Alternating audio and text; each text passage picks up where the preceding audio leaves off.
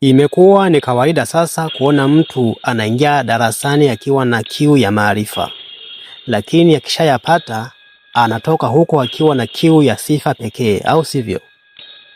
Elimu inapaswa kuwa kama maji yanayoshuka chini ili yanyweshe ardhi na kuleta uhai, sivyo? Lakini leo tunashuhudia mambo ya ajabu. Msomi anarudi kijijini kwake, anashindwa hata kuwasalimia watu kwa sababu sasa anajua kizungu zaidi. Huko sio kupata elimu, bali ni kupoteza ubinadamu, si ndivyo? Sisi tunatarajia awe na heshima na unyenyekevu, lakini akianza kuona kazi za mikono ni uchafu na kuona busara za wazee wetu ni ushamba, basi huyo amekwenda shule kuongeza kuta za ujinga wake, au sivyo?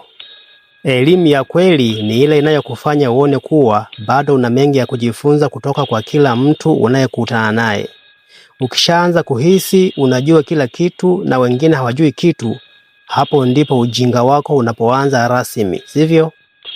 Tusome ili tusaidie jamii zetu, sio ili tujitenge nazo.